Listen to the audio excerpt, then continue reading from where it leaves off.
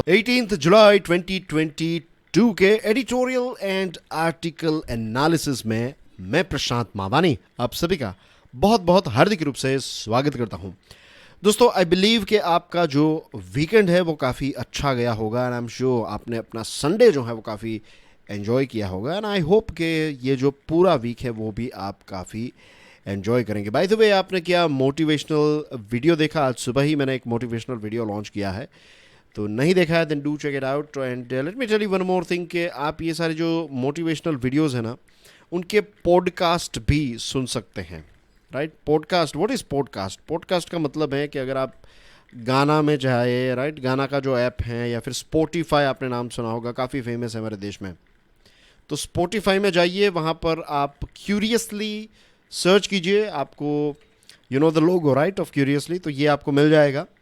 और वहाँ पर 100 से भी ज़्यादा मोटिवेशनल पॉडकास्ट हैं, नए नए पॉडकास्ट भी आते रहते हैं, तो उनको सुनिएगा ज़रूर, आपको बहुत मज़ा आएगा, बहुत सारी चीज़ें जो है वो जानने को मिलेगी and it will keep you positive. Self care के लिए, सेल्फ डेवलपमेंट के लिए बहुत ही इंपॉर्टेंट है, राइट? ये सारी हार्ड स्किल्स तो हम एक्वायर कर लेंगे, फॉर एग्जांपल इंटेलिजेंस या फिर इंफॉर्मेशन को बढ़ाने के लिए आप पढ़ लेंगे, किताबें पढ़ लेंगे, एडिटोरियल आर्टिकल्स पढ़ लेंगे, राइट?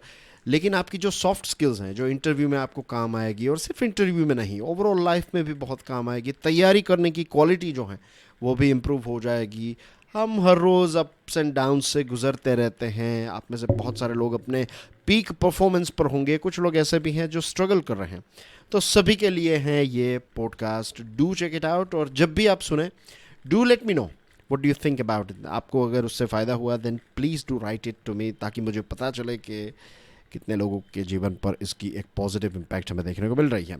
राइट डियर फ्रेंड्स, आज हमारे टेबल पर हैं 5 इम्पोर्टेंट टॉपिक्स। इसमें हम बात करने वाले हैं Biden in West Asia, the Hindu का ये आर्टिकल है, तो it's going to be about geopolitics, right? फिर एजुकेशन सेक्टर, जो आपके सिलेबस का एक बहुत इंपॉर्टेंट पार्ट है, इंस्टीट्यूट रैंकिंग सिस्टम, ट्रिब्यून का एक बहुत इंटरेस्टिंग आर्टिकल है। आज के बाकी के जो हिंदू के आर्टिकल्स थे वो इतने कोई ख़ास नहीं थे। ट्रिब्यून में काफ़ी अच्छे आर्टिकल्स मुझे मिले। एक है वाटर लॉगिंग, तो ये हमारा जो अर्बनाइजेशन है, again part of your syllabus. आप देखिए, आपका जो मेंस का सिलेबस है उसको देखिए, यू विल फाइंड अर्बनाइजेशन और ये सारी चीज़ें जो हैं उसके पार्ट हैं।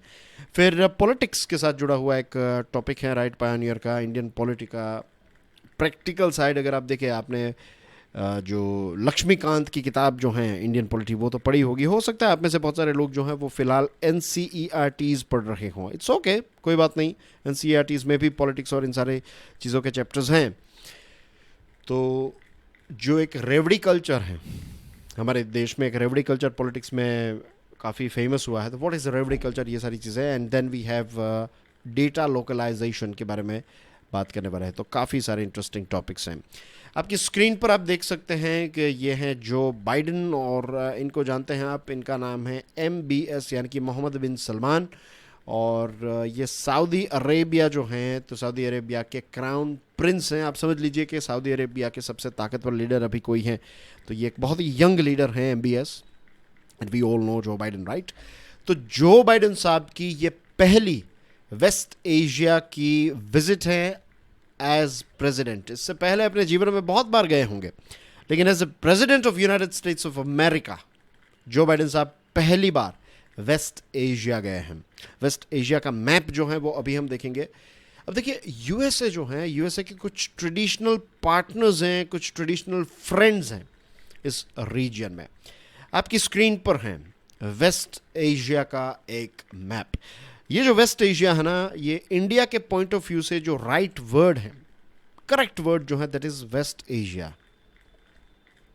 अगर आप BBC, CNN, ये सारी न्यूज़ चैनल्स को देखेंगे तो इसी क्षेत्र को वो कहते हैं मिडल ईस्ट।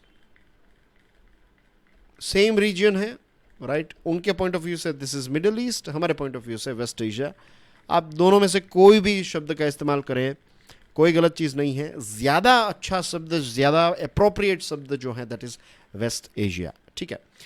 तो यहाँ पर सबसे ताकतवर देशों की बात करें तो सऊदी अरेबिया एक बहुत ताकतवर देश है, ईरान जो है एक ताकतवर देश है, and then we have Israel here, ये भी एक ताकतवर देश है। अब देखिए, सऊदी अरेबिया जो है ये एक सुन्नी कंट्री है, सुन्नी मुसलमानों का देश है।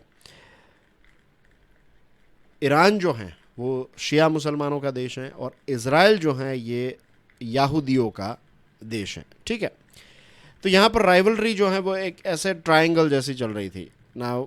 यहाँ पर मैं S for Sunni, H for Shia and J for Jew लिख रहा हूँ। ठीक है, अब पैलेस्टाइन वाला जो टॉपिक है, तो पैलेस्टाइन में क्या था कि ये जो सुन्नी मुसलमान देश हैं वो पैलेस्टाइन को सपोर्ट करते हैं। पैलेस्टाइन और यहूदी लोगों के बीच में या फिर इज़राइल के बीच में कोई इतना अच्छा रिलेशन नहीं है, तो ये सारे सुन्नी मुसलमानों के देश जो हैं वो इज़राइल के ख़िलाफ़ थे लंबे समय से। कई देश आज भी हैं। फिर ये इज़राइल और ईरान के बीच में आर्च राइवलरी है। सऊदी अरेबिया या फिर शिया मुसलमान और सुन्नी मुसलमानों के जो सो कॉल्ड देश हैं उनके बीच में भी ऐसी राइवलरी है। तो as you can see here के ऐसा यहाँ पर ट्रायंगल बन रहा है।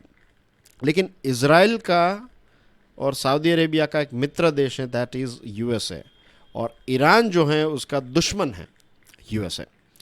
तो आई होप ये खिचड़ा जो है यहाँ का वो आपको समझ में आ गया होगा। तो अभी यमन में एक लंबे समय से युद्ध चल रहा है, तो इसमें सऊदी अरेबिया जो हैं और ईरान जो हैं वो आमने सामने हैं, पिस रहे हैं यमन के लोग, राइट। फिर ओमान, UAE, फिर ये जो बहरीन है, then you have Jordan, Iraq में अभी इराक जो है वो ईरान के द्वारा सपोर्टेड है। बाकी ये सारे जॉर्डन ले लीजिए आप, जॉर्डन, ओमान, UAE, बहरीन, ये सारे देश जो हैं वो सऊदी अरेबिया की टीम में आते हैं। और इराक हैं, सीरिया हैं, देन यू हैव दिस कतार, राइट। तो ये सारे जो हैं वो ईरान की टीम में आते हैं। और इज़राइल जो है उनकी टीम में कोई नहीं है, इज़राइल खुद अकेला है। तो USA जो है, जैसे मैंने आपको बताया, इज़राइल का अच्छा मित्र है और सऊदी अरेबिया का अच्छा मित्र है। तो ये सारी चीज़ें यहाँ पर है। तो मैंने आपको एक बिग पिक्चर जो है यहाँ का दिखा दिया है। रेगुलर स्टूडेंट्स आपको इसके बारे में पता होगा। अगर आज कोई पहली बार इस वीडियो को देख रहा है, इस सीरीज़ को देख रहा है, तो उसको बहुत सारी चीज़ें जो है वो समझ में आ गई होगी। I would tell you only one thing my dear friend, कि आप इस वीडियो को, इस सीरीज़ को फॉलो करते रहिए।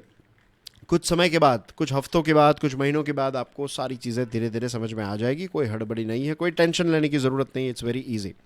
अब इज़राइल में क्या प्रॉमिस किया है बाइडन साहब ने?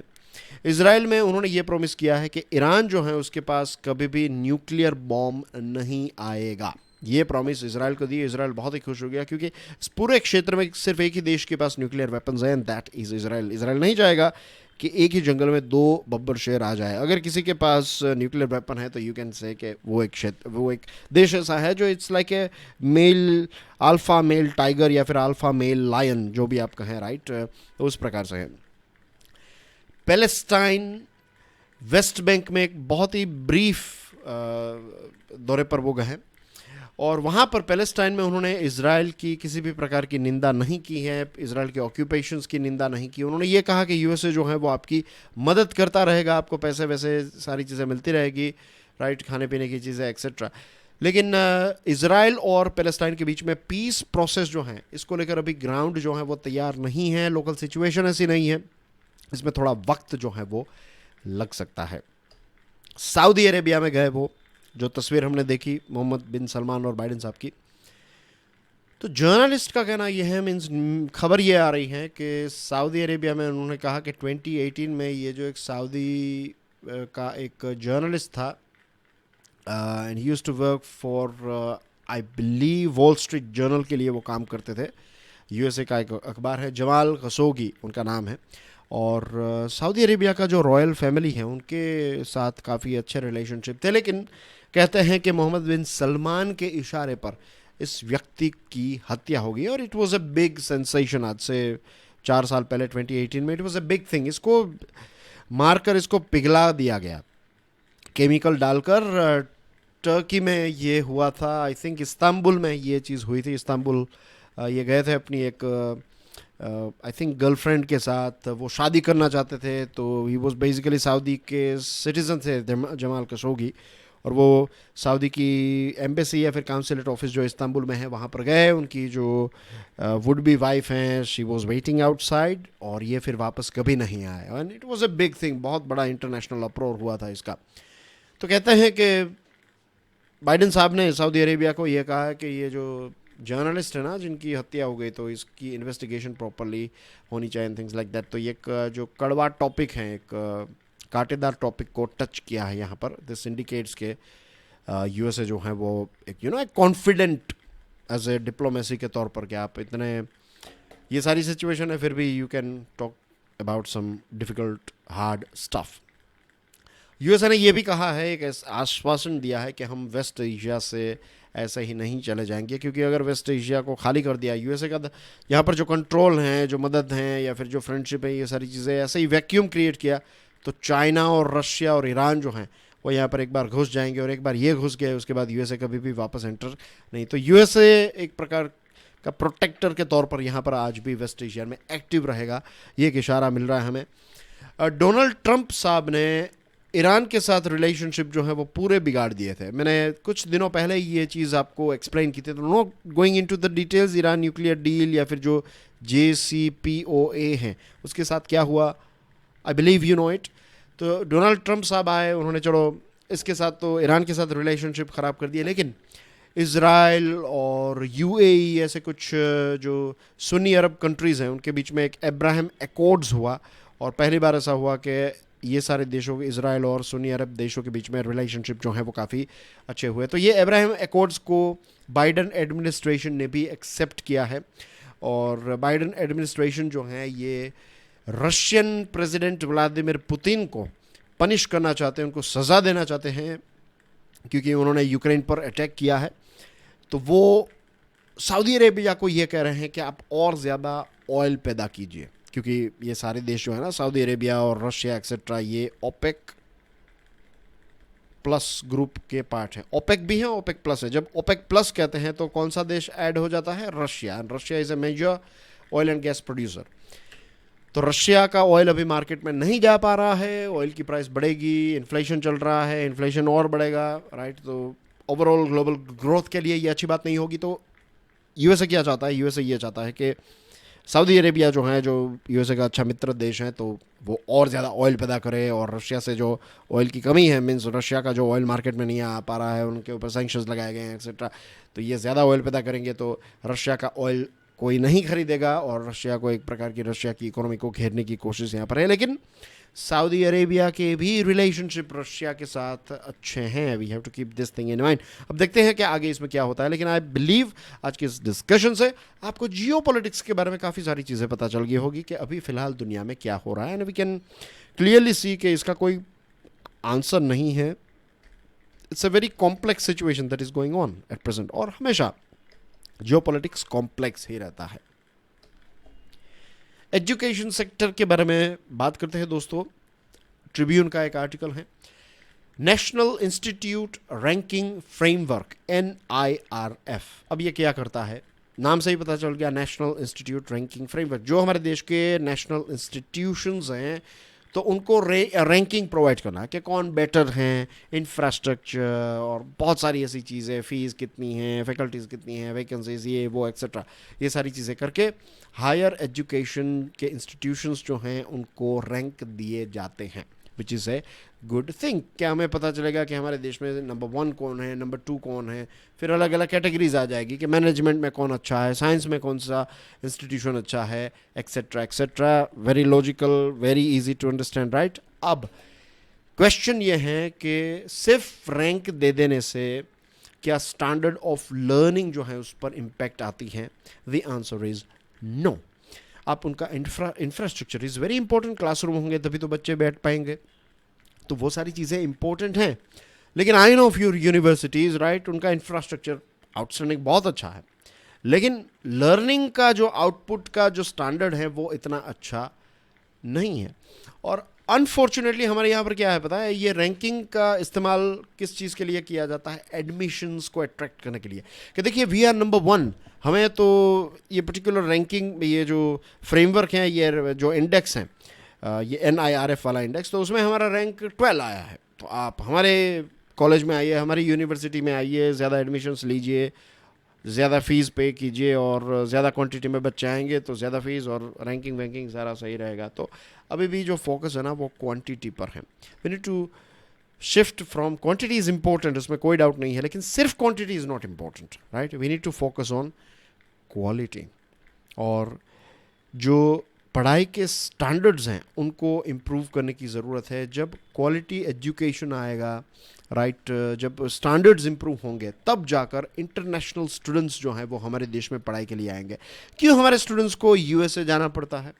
क्यों हमारे स्टूडेंट्स को यूक्रेन जाना पड़ता है? क्यों हमारे स्टूडेंट्स को यूके, ऑस्ट्रेलिया, वहाँ पर जाना पड़ता है? बिकॉज वी नो कि वहाँ के इंस्टीट्यूशंस जो हैं उनमें क्वालिटी एजुकेशन है, एक अलग ही प्रकार का माहौल आपको देखने को मिलता है। ट्रस्ट मी, मैं अपने प्रैक्टिकल एक्सपीरियंस से कह रहा हूँ कि बहुत ही कोडियल अच्छा एनवायरनमेंट मिलता है। मीन्स आई स्टिल रिमेंबर ऐसे बड़े बड़े प्रोफेसर्स, राइट, जिन्होंने कुछ किताबें लिखी हैं और वो किताब यूरोप की बहुत बड़ी बड़ी यूनिवर्सिटीज़ में रिसर्च के लिए यूज़ की जाती है। उनके द्वारा लिखी गई टेक्स्ट बुक, जो किताबें हैं वो टेक्स्ट बुक के तौर पर बड़ी बड़ी यूनिवर्सिटीज़ में पढ़ाई जाती हैं, और वो प्रोफेसर आपको पढ़ाते हैं। और जब आप उनको कभी देखते हैं, यू अप्रोच दैट प्रोफेसर और आप कहेंगे कि सर मुझे कुछ डाउट है, तो पता है वो क्या कहेंगे कि आ जाओ शाम को पब में बियर पीते पीते बात करेंगे। Trust me, this is like means बहुत ही आपको ऐसा अजीब लगेगा। हमारे यहाँ पर तो it's totally different. I am not saying कि बियर पी के ही सारी चीज़ें हैं, but what I am trying to tell you is के इतना इनफॉर्मल ऐसा होता है। ऐसा नहीं कि मैं प्रोफेसर हूँ, इतना बड़ा प्रोफेसर हूँ। वो एक ईगो जो इश्यू है ना, वो मुझे बहुत ऐसा लगा कि ईगो इश्यू जो है वो देखने को नहीं मिलता है वहाँ पर। बट अगेन, मेरा तो सिर्फ एक ही देश का ऐसा एक्सपीरियंस है, दूसरे देशों में कुछ अलग हो सकता है, but I know this for sure. और ऐसा नहीं सिर्फ एक ही university, been to many other places as well. बहुत अलग अलग यूनिवर्सिटी के दोस्त भी बनाए, बातचीत हुई, बहुत जाना, and then when we reflect we can vouch for it कि भाई अच्छा है। तो ये इंटरनेशनल स्टूडेंट्स तब आएंगे जब आपको उनकी USA, UK, Canada etcetera, Switzerland की यूनिवर्सिटी से अच्छा अगर एजुकेशन यहाँ पर होगा, तो वो आएंगे ना, यहाँ पर फ़ी पे करेंगे, कितना पैसा वो खर्च करके यहाँ पर रहेंगे, और फैकल्टीज़ भी आएंगे अगर आप उनको वो सारी फैसिलिटीज़ प्रोवाइड करें तो। और मैंने कई बार ये गोल्डन ट्रायंगल के बारे में बताया है, राइट, कि यहाँ पर research and development, let's say university, फिर इंडस्ट्री एंड गवर्नमेंट जो हैं ये फंड प्रोवाइड करेगी यूनिवर्सिटीज़ को, ताकि उनकी अच्छी बिल्डिंग हो, अच्छे फैकल्टीज़ हों, राइट। स्टार्टिंग में जो बर्डन है वो गवर्नमेंट उठाएगी, अच्छी यूनिवर्सिटीज़ बनेगी, फिर अच्छे अच्छे प्रोफेसर आएंगे, अच्छे अच्छे यंग ब्लड रिसर्च करेंगे, तो फिर इंडस्ट्री उनके पास आएगी, राइट। टेस्ला आएगी, टाटा आएगी और कहेगी कि देखिए कम से कम पॉल्यूशन के वाले कुछ इंजन्स बनाइए आप, ये लीजिए पैसे, और R&D होगा उस पर। तो ऐसे ऐसे होता रहेगा, तो नए नए प्रोडक्ट्स, नई सर्विसेज आती रहेगी, हमारे देश में नई पैटर्न्स बनेगी, राइट। तो ये industry connect, government, industry, research, इनका एक कनेक्शन बनाने की ज़रूरत है। और ये जो इंस्टीट्यूशंस हैं उनको लिबरल फंडिंग प्रोवाइड करने की ज़रूरत है, राइट। पैसों के बिना कुछ नहीं हो सकता। You need to research and development जो है ना, it's very expensive, like it's expensive in the sense आपको बहुत सारे पैसे, और ऐसे पैसे हैं ना, ये पानी की तरह पैसे बहाने पड़ेंगे। लेकिन जब उसमें एक कल्चर बन जाएगा, जब उभर कर ये ह्यूमन रिसोर्स डेवलप होगा, तब आप जितने पैसे डाले हैं ना उससे 100 टाइम्स ज़्यादा पैसे कमा पाएंगे। और सिर्फ पैसे देकर ऐसा नहीं है कि आपने पैसे दिए, सरकार ने पैसे दिए तो फिर सरकारी बाबू वहाँ पर IAS ऑफिसर जो हैं उनको बिठा दिया और वो सारी, no. Freedom of decision making, जो यूनिवर्सिटी के चांसलर्स हैं, जो यूनिवर्सिटी के प्रोफेसर्स हैं, तो एक यूनिवर्सिटी जो है वो खुद डिसाइड करे कि उनको कौन सा कोर्स पढ़ाना है, कैसे पढ़ाना है, उनको कोई क्रिएटिविटी यूज़ करनी है, लेट देम डू इट। ये विश्वास के साथ जब हम आगे बढ़ेंगे, तब जाकर हमें वो कंपटीशन जो प्रॉपर हम कहते हैं ना रैंकिंग में, हम कॉम्पीट कर पाएंगे। I hope things are clear. क्या ऐसा नज़ारा आपके शहर का भी है, क्या आपके टाउन का भी है? आई बेट यस। अगर आप बड़े शहर में रहते हैं तो आई नो कि this is something which is very common in most of the cities. अभी अहमदाबाद में कुछ दिनों पहले, 10-15 दिन पहले की बात बताऊँ, Ahmedabad was like water locked. जब पानी सिटी में इकट्ठा हो जाता है तो उसके लिए अंग्रेज़ी शब्द हैं वाटर लॉक्ड, राइट। तो वाटर लॉक्ड हैं, या फिर अर्बन फ्लडिंग आप इसको कह सकते हैं। गाड़ियाँ डूब जाती हैं, राइट, मोटरसाइकिल्स काम नहीं करते हैं। तो हमें हमारा अर्बन इंफ्रास्ट्रक्चर जो है उसको अपग्रेड करने की ज़रूरत है। पानी इकट्ठा हो जाता है। और पंजाब का जो मालवा रीजन है, वहाँ पर बार बार ये चीज़ होती रहती है। और राजस्थान में भी श्री गंगानगर जो है वहाँ पर तो इतनी सिचुएशन ख़राब हो गई कि आर्मी को बुलाना पड़ा। अब देखिए ये पानी वाला इश्यू तो हर जगह पर हर साल पर होगा, तो क्या हर बार हम आर्मी को बुलाते रहेंगे? नो।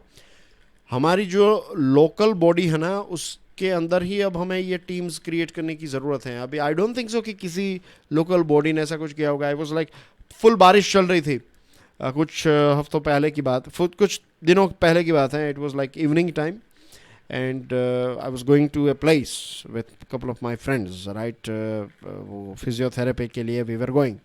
तो फुल बारिश चल रही थी एंड वी सो लाइक 2 जो फायर ब्रिगेड के जो बड़े बड़े ट्रक्स हैं वो गए।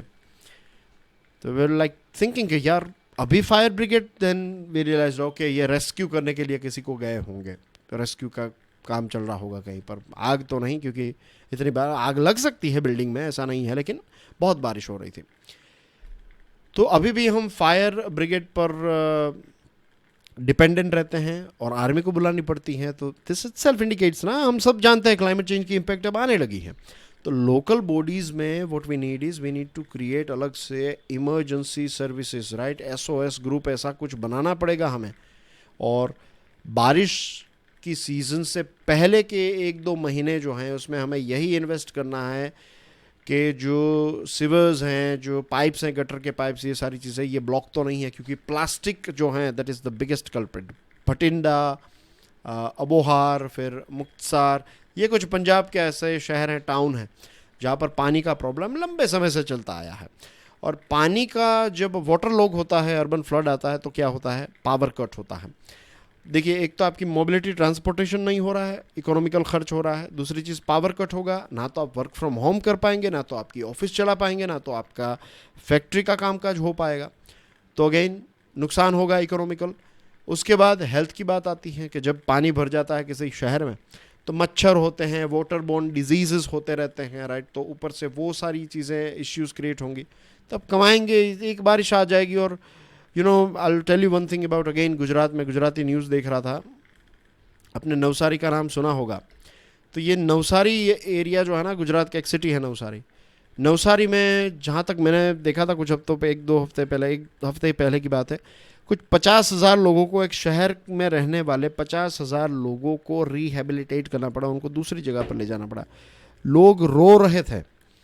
कई लोगों ने नया घर बनाया था, पूरा घर में पानी आ गया, बड़े छोटे कितने सारे घर जो हैं बर्बाद। 50,000 लोगों को ट्रांसफर, रफली पकड़ लीजिए 10-15,000 घर जो हैं वो बर्बाद होगी। क्या सरकार उनको नया घर बना पाएगी?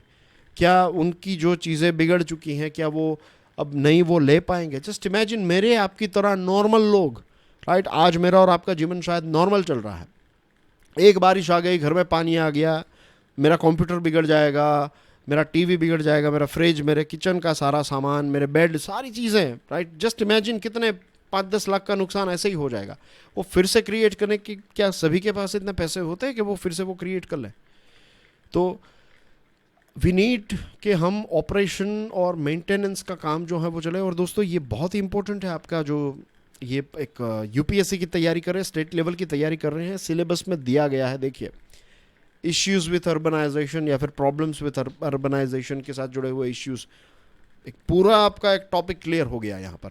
सीवेज ट्रीटमेंट प्लांट्स जो हैं तो इनका प्रॉपर ऑपरेशन और मेंटेनेंस, आपके पाइप्स जो हैं प्रॉपर मेंटेनेंस, जो मोटर्स हैं पानी निकालने की तो उनको रिपेयर करना, उनकी पंपिंग कैपेसिटी बढ़ाना, ताकि जहाँ पर अब अंडर ब्रिज बने हैं, राइट, तो यहाँ पर पूरा पानी स्विमिंग पूल जैसा हो जाता है, तो यहाँ पर 3-4 मोटर लगा दीजिए, पानी जो है वो निकल जाएगा।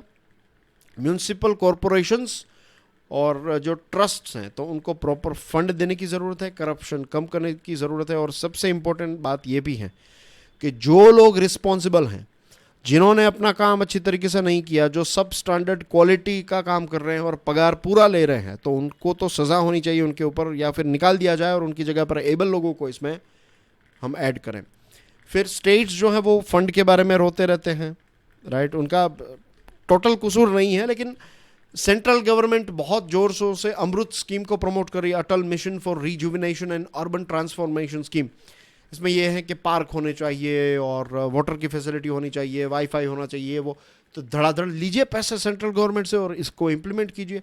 स्वच्छ सर्वेक्षण रैंकिंग में भी ये चीज़ आनी चाहिए, सिर्फ जो दिखता है वो नहीं, जो नहीं दिखता है, गटर के अंदर कितना प्लास्टिक भरा हुआ है, ये सारी चीज़ों के आधार पर उनको रैंकिंग देनी चाहिए। एक और आउट ऑफ द बॉक्स आपको बात बताना चाहूँगा कि आपने देखा है पिछले कुछ समय से अलग अलग जो स्पोर्ट्स यूटिलिटी व्हीकल्स हैं हमारे देश में, jeep and then we have this Thar बहुत देखने को मिल रही है, महिंद्रा की Thar, Scorpio and XUV700, and then we have Fortuner and Endeavour and बहुत सारी SUVs। Now let me tell you, मैं कार का शौकीन व्यक्ति हूँ, right. I love riding motorcycles and driving cars, right.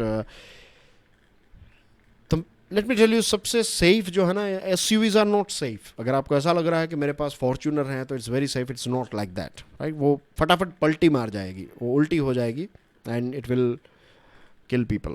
सिर्फ कोई भी SUV, right. SUVs are not good. वो आपको ड्राइविंग प्लेजर जो है वो SUV नहीं देगी।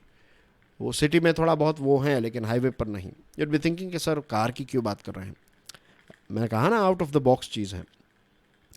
अगर आप हमारे देश के रोड्स इंप्रूव कर दें, मीन्स कोई व्यक्ति क्यों एक ऐसी कार लेकर अकेला घूमेगा जो कार आपको 7 से 8 की एवरेज देती है, या फिर सिंगल डिजिट में एवरेज देती है, आपको माइलेज देती है।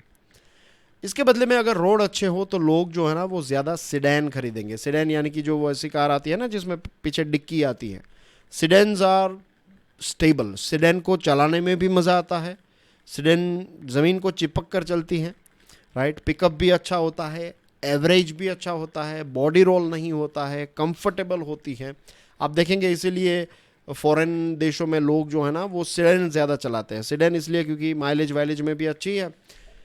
लेकिन हमारे यहाँ पर क्योंकि रोड ही इतने ख़राब हैं, तो अब हम जस्ट मीन्स आप देखिए कि सरकार क्या कह रही है कि रोड तो ख़राब रहेंगे, आप SUVs चलाइए। अब हर कोई कार, छोटी कार्स भी जो हैं तो उसमें ground clearance, means we are so used to with potholes and so used to with unprofessional speed breakers. हर जगह पर एक ही सिटी में आपको अलग अलग हाइट के स्पीड ब्रेकर्स मिलेंगे। कई बार तो ऐसा लगता है कि ये चाइना की दीवार जो है वो हमारे स्पीड ब्रेकर से इंस्पायर्ड होकर बनाई हो, कोई स्टैंडर्ड ही नहीं है। तो ये बड़ी बड़ी SUVs हम इसलिए ख़रीदते हैं क्योंकि रोड्स अच्छे नहीं हैं, इंफ्रास्ट्रक्चर अच्छा नहीं है, ज़्यादा फ्यूल हम यूज़ कर रहे हैं, राइट, ज़्यादा मेंटेनेंस के पैसे दे रहे हैं और ज़्यादा कार्बन एमिट कर रहे हैं। कंपेयर टू दैट छोटी इंजन वाली सिडैन और हैचबैक जो छोटी कार्स हैं तो उसमें गैस भी यूज़ किया जा सकता है, फ्यूल की इकोनॉमी, ये सारी चीज़ें। लेकिन अब देखिए, एक अर्बन इंफ्रास्ट्रक्चर और रोड्स और ये सारी चीज़ें आप अच्छी नहीं करते तो इसकी रिपल इफेक्ट कितनी ज़्यादा होती है। कई लोगों के घर बर्बाद हो जाते हैं, कई लोगों को मजबूरन बड़ी SUVs चलानी पड़ती है, राइट, क्योंकि पता नहीं कहाँ पर आपको जाए, आप कहीं पर भी जाए और आपको पता नहीं कैसे रोड्स मिलेंगे। चलो पहाड़ी इलाकों पर और उन सारी जगहों पर ठीक है, लेकिन अब तो अर्बन एरिया में बड़ी बड़ी SUVs आने लगी है। पार्किंग के इश्यूज़ हैं और आप इतनी बड़ी 7 सीटर 8 सीटर लेकर घूम रहे हैं। तो we need to think about all this things, right. ये एक बहुत ही माइक्रो लेवल से, एक अलग अलग एंगल से चीज़ों को सोचकर we need to create our cities, वरना वो सस्टेनेबल डेवलपमेंट गोल्स जो हैं वो अचीव नहीं कर पाएंगे। Moving on to the next topic, ये पॉलिटिक्स के साथ जुड़ा हुआ है दोस्तों। हाल ही में प्राइम मिनिस्टर नरेंद्र मोदी साहब ने एक बहुत ही अच्छी बात बताई है। उन्होंने ये कहा कि ये जो फ्री बीज दी जाती है, फ्री बीज यानी कि फ्री डिस्ट्रीब्यूशन ऑफ चीज़ें, जो रेवड़ी वाली चीज़ें हैं कि मुफ्त में रेवड़ी खिला दी, तो ये मुफ्त की रेवड़ी जो है ये बंद करने की ज़रूरत है, ऐसा प्राइम मिनिस्टर साहब ने कहा। उनका स्टेटमेंट प्रिसाइसली ऐसा था, there is also a huge challenge. If attention is not paid now, it can cause a lot of damage to the youth of India and today's generation. Your present will go astray and your future will be confined to darkness. That's why it is important to wake up now. Nowadays, every effort is being made in our country to introduce the culture of collecting votes by distributing freebies.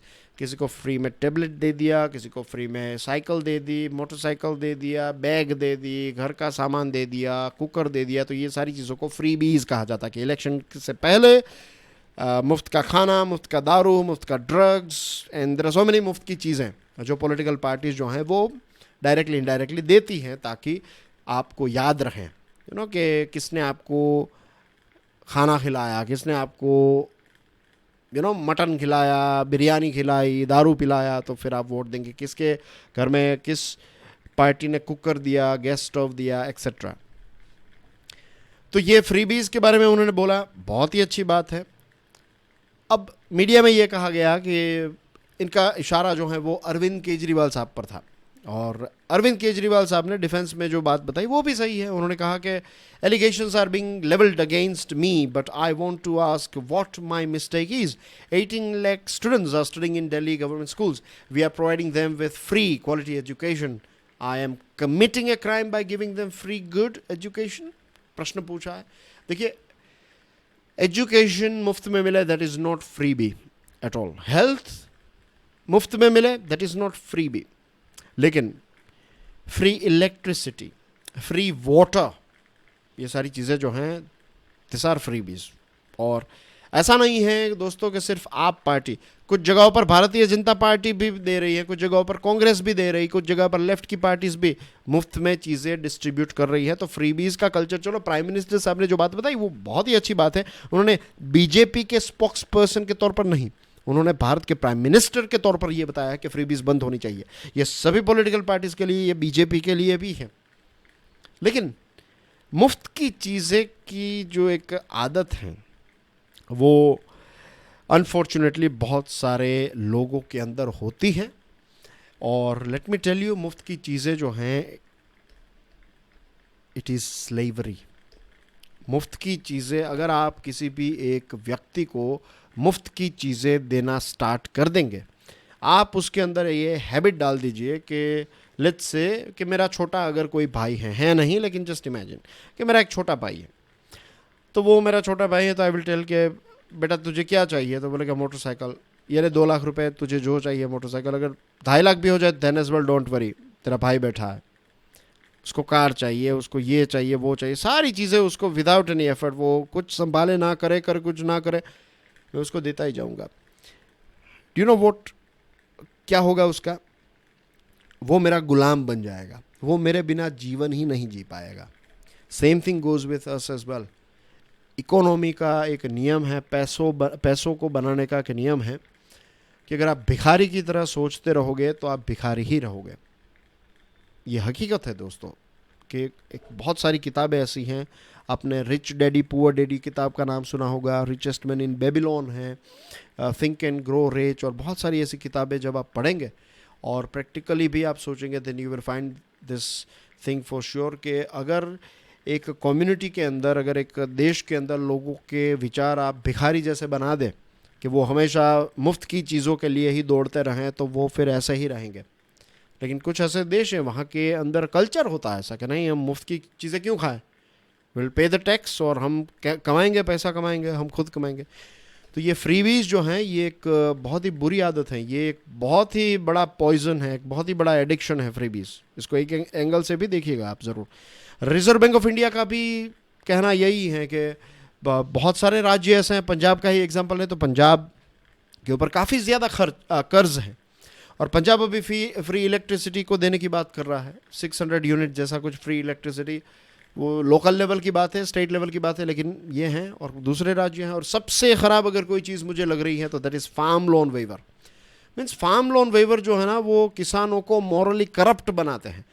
एक वक्त था कि हमारे किसान जो हैं वो गरीब हुआ करते थे, लेकिन किसान को ईमानदार माना जाता था, और हैं भी बहुत सारे किसान ईमानदार। मीन्स किसान जो है, means I can tell you this thing for sure कि किसान जो हैं कि हमारे पूरे देश के किसी भी रीजन के किसान को वो चीज़ों में ग्रीन रेवोल्यूशन से पहले केमिकल डालने से वो करते थे कि नहीं नहीं, ये हम केमिकल डालेंगे, लोगों के पेट में केमिकल जाएगा, भगवान मीन्स ऊपर वाला देख रहा है हमें, ऐसा पाप हम नहीं कर सकते। लेकिन आज धड़ से केमिकल डालने लगे हैं जी, ये वो सारी चीज़ें मीन्स प्रोडक्शन होना चाहिए, राइट, हरी पत्ती हमारे हाथ में आनी चाहिए, we don't care about anything, ये कल्चर हो चुका है। एंड देन ये वो एथिक्स तो चले गए फार्म लोन वेवर पर, ये कि लोन मुझे लेनी है। जस्ट इमेजिन कि मैं पैसे आपसे ले रहा हूँ और अब मैं ये एक्सपेक्टेशन रख रहा हूँ कि ये पैसे मुझे कभी वापस पे ना करने पड़े, तो कितना मॉरली व्यक्ति करप्ट हो जा रहा है। ये श्रीलंका में जो चीज़ हुई वो हमारे यहाँ पर इजीली हो सकती है, सोचिएगा इसके बारे में। Then we have data storage को लेकर एक इंटरेस्टिंग आर्टिकल है, स्टार्टअप इकोसिस्टम इन इंडिया। हमारे देश में कुछ समय तक स्टार्टअप जो हैं वो ओवरड्राइव मोड में थे। ओवरड्राइव यानी कि टॉप गियर पर चल रहे थे, टॉप स्पीड में चल रहे थे, राइट। नए नए स्टार्टअप्स खुल रहे थे और कितना फंड आ रहा था, कुछ 3 कॉन्जिक्यूटिव क्वार्टर्स में, यानी कि 9 महीनों के अंदर $10 बिलियन हमारे देश के अलग अलग स्टार्टअप्स में इन्वेस्टर्स ने इन्वेस्ट किए। लेकिन अब ये फंडिंग का फ्लो जो है वो धीरे धीरे कम होता जा रहा है, और ये अप्रैल, मई और जून महीने का जो क्वार्टर है 2022 वाला, तो इसमें 40% ड्रॉप देखने को मिला। सिर्फ 6.8 इतना $6.8 बिलियन कम आए। द रीज़न इज बहुत सारी चीज़ें हैं। End of the year of cheap money, जो पहले इजीली फॉरेनर्स को पैसे मिल जाते थे अपनी बैंक से, वो नहीं मिल रहे हैं। सेंट्रल बैंक्स जो हैं वो इंटरेस्ट रेट बढ़ा रही है, लोन के रेट हाई होंगे तो फिर आप वहाँ से लोन लेकर यहाँ पर इन्वेस्ट नहीं कर पाएंगे। ग्लोबल स्लोडाउन का खतरा है, टेक वैल्यूएशन में डिक्लाइन हमें देखने को मिला है। और कुछ इंडियन स्टार्टअप्स का कहना ये है, वो ये कह रहे हैं कि data protection, personal data protection bill में जो कुछ रूल्स एंड रेगुलेशंस हैं, तो इसमें कंप्लायंस इंटेंसिव जो चीज़ें हैं, यानी कि लोकल डेटा जो हैं, लोकल जो एक व्यक्ति यूज़र हैं, तो उसका पर्सनल डेटा भारत में ही स्टोर करना है। तो ये एक उनका फियर है, ये एक चीज़ है। और ये भी है कि इससे क्या होगा कि जो स्टार्टअप्स हैं वो प्रॉपरली ऑपरेट नहीं कर पाएगी, तो ऑपरेट नहीं कर पाएगी तो फिर वो बिजनेस वो क्रिएट नहीं कर पाएगी, तो फिर इन्वेस्टमेंट नहीं आएगा। तो ये सारी चीज़ों की वजह से एक स्लो डाउन हमें देखने को मिल रहा है। लेकिन देखिए, डेटा जो है that is very important. Data को आज का ऑयल माना जाती है। फेसबुक, व्हाट्सएप, इंस्टाग्राम, गूगल और दूसरी जो बड़ी बड़ी कंपनीज हैं, तो उनको हमारा डेटा मिला और डेटा मिलता गया, और फिर वो डिसीजंस लेते गए कि लोगों का क्या सोचना है, क्या ट्रेंड चल रही है, वो एक्सेट्रा। तो डेटा लोकलाइजेशन, हमारा डेटा जो है, अगर ऑयल है, अगर हमारे डेटा से लाखों करोड़ों अरबों रुपए का प्रॉफिट हो रहा है कंपनीज को, तो वो उसमें हमारा भी कुछ कंट्रीब्यूशन होना चाहिए, हमें भी कुछ पैसे मिलने चाहिए, या फिर हमारे देश के भले के लिए इसका इस्तेमाल हो। और फिर डेटा प्राइवेसी और सिक्योरिटी भी एक चीज़ है। क्रिटिकल इन्फॉर्मेशन का एक्सेस गवर्नमेंट को मिले, तो इसके लिए ये डेटा जो है उसका लोकल स्टोर होना बहुत ही ज़रूरी है, क्योंकि यही सारे देशों ने ये किया है। जब हम व्हाट्सएप के पास हमारी पुलिस जाती हैं और कहती है हमें ये डेटा चाहिए, वो मना कर देते हैं कि भाई हम आपको नहीं, यूएसए की अगर सरकार कहेगी तो हम डेटा दे सकते हैं, भारत को हम डेटा दे ऐसा कोई रूल रेगुलेशन नहीं है। तो फिर भारत की सरकार, यूएसए की सरकार, और फिर यूएसए की सरकार व्हाट्सएप को कहेगी, और उसके बाद जाकर व्हाट्सएप शायद डेटा शेयर करे तो करे। This is just example of WhatsApp. Facebook सारी चीज़ों पर यही लो, वहाँ का फेडरल लॉ लागू होता है, हमारा नहीं। तो रूल्स तो सरकार बनाएगी ही। मिनिस्ट्री ऑफ आईटी जो है, मेईटी यानी कि इलेक्ट्रॉनिक्स एंड आईटी, तो इसने ये कहा कि हम कुछ रूल्स में देखेंगे, कुछ चेंज करेंगे। लेकिन प्रश्न ये भी उठता है कि क्या कुछ स्टार्टअप्स को सपोर्ट करने के लिए हमें हमारे रूल्स को ट्वीक करने की ज़रूरत है? स्टार्टअप इकोसिस्टम जो है ये एक वाइब्रेंट इंडस्ट्री है, इसमें एंट्री भी इजी है, एग्जिट भी इजी है, राइट। तो ये है, और कुछ कंपनीज सक्सीड करेगी, बहुत सारी कंपनीज फेल करेगी। ये तो बिज़नेस का नेचर ही है, पता नहीं कौन सी कंपनी कब फेल हो जाए, तो ये तो चलता ही रहता है। तो सारी चीज़ें सक्सेसफुल होगी ऐसा मानकर भी हमें नहीं चलना चाहिए। कहते हैं कि 100 कंपनीज में से सिर्फ 4-5 कंपनीज ही सक्सेसफुल होगी, बाकी की कंपनी कुछ ना कुछ समय में ख़त्म हो जाएगी। तो गवर्नमेंट को उस हिसाब से चीज़ों को ध्यान में रखते हुए, एक लॉन्ग टर्म व्यू, डेटा को ध्यान में रखते हुए फिर रूल्स एंड रेगुलेशंस बनाने चाहिए। And that's everything in today's discussion. काफ़ी सारी इंटरेस्टिंग चीज़ों के बारे में आज हमने बातचीत की है ना। आई होप कि आपको वीडियो काफ़ी पसंद आया होगा, और काफ़ी पसंद आया है तो लाइक करना मत भूलिए, सब्सक्राइब करना मत भूलिए, और शेयर भी आपको करना है, right. Thank you very much to all those students who are doing it on regular basis. I will see you soon, till then enjoy your studies, God bless you all. जय हिंद।